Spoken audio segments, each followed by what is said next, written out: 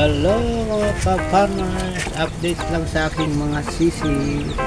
Ito ang pinaka first kong in-incubate. First time pa rin mag-incubate.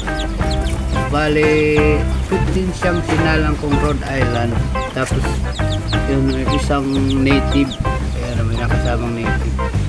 So bale ano na sila 11 days na sila. 15 na hatch lahat yung 15, kaso namatay nga yung dalawa kasi yung isa nalunod sa tubig, tapos yung isa napunta sa pan kaya namatay.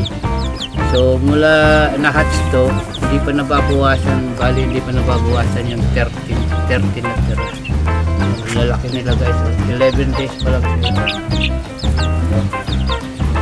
So yun.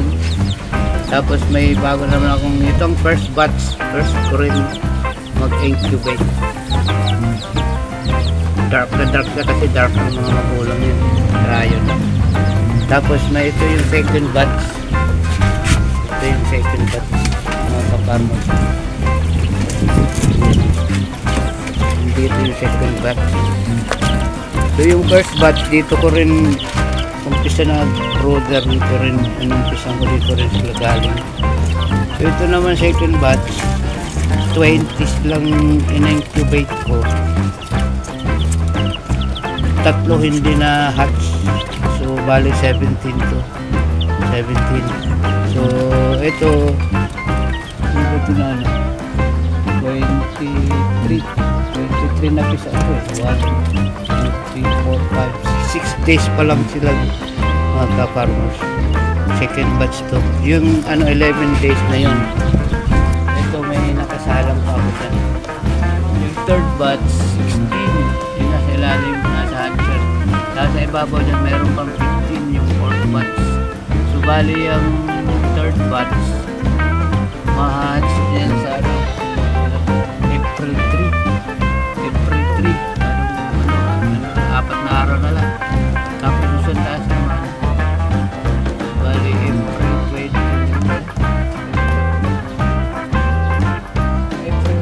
ma-hatch yan April 15. Pag na-hatch yan, ilalagay ko sila dito sa brother na to. Yan sa brother ilalagay ko dito. Ito ilalagay ko naman dito, palit ko na naman siya dito. Palit ko na naman siya dito. Bilang ano dito ko na ilagay yan yung 17. Ito naman ililipat ko dito. Yan o, ililipat ko naman siya dito. Kasi wala pang ano, puro screen yan mga farmers kasi ang daming daga dito. Tapos malamok. Ilalagay ko lang ng flooring sa gabi yan. Ayusin ko yung flooring yan. Sa gabi ilalagay ko ng flooring para hindi pasukin ng lamok kasi puro screen naman yan sa gabi. Bago mag-dilim, lalagay ko ng flooring yan. Pero sa umaga tatanggal at bukasan. So ganun lang, sunod lang kasi pinag-iigay ko mag-alaga ng sisiw para paparami ako. Totoo lang hindi ako nagpapaksin kasi ano, pag sarili ko lang naman hindi ko naman ibibenta pero naliliksi naman nila kahit walang vaccine yan. Tapos gumawa na rin ako ng brooding ano, grower house doon, malapit ko na mga katapos. Unti-unti lang. Kakatuwa lang kasi yung first time ko kasing mag ano, bumili ako ng 10 sisiw ng ano, ng Rhode Island Red.